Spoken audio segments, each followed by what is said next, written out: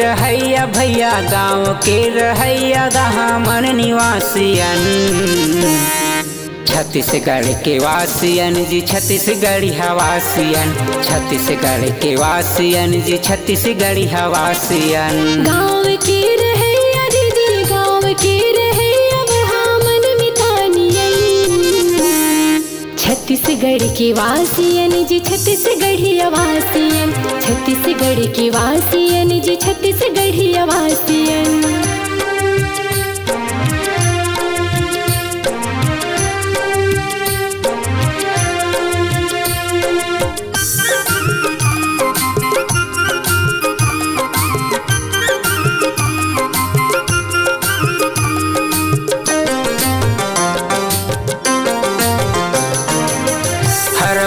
पेड़ पौधा संग महे मितानी, गोदी माटी कोड़ के चला थंजीन गानी, गोदी माटी कोड़ के चला थंजीन गानी।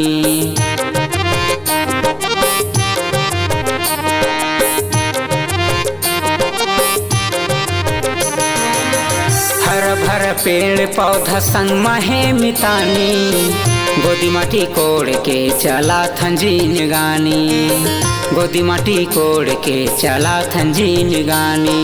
गाँव के रहैया भैया गाँव के रहैया दामन निवासियन, छत्तीसगढ़ के वासियन जी छत्तीसगढ़ हवासियन, छत्तीसगढ़ के वासियन जी छत्तीसगढ़ हवासियन।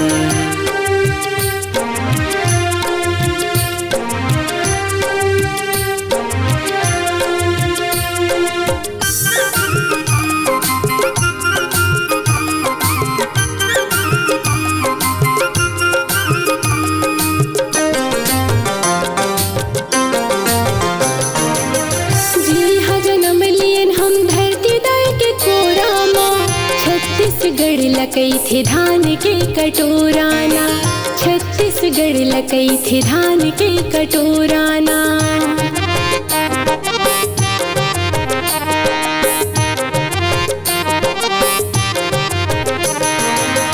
जी हाँ जन्म लियन हम धरती दाई के कोरामा, छत्तीसगढ़ लकई थे धान के कटोराना, छत्तीसगढ़ लकई थे धान के कटोराना। गाँव के रहैया दीदी गाँव के रहैया वहाँ मन मितानियन, छत्तीसगढ़ के वासियन जी छत्तीसगढ़ वासियन, छत्तीसगढ़ के वासियन जी छत्तीसगढ़ वासियन। गाँव के रहैया भैया गाँव के रहैया दामन निवासियन, छत्तीसगढ़ के वासियन जी छत्तीसगढ़ हवासियन, छत्तीसगढ़ के वासियन जी छत्तीसगढ़ वासियन, छत्तीसगढ़ के वासियन जी छत्तीसगढ़ हवासियन, छत्तीसगढ़ के वासियन जी छत्तीसगढ़ वासियन।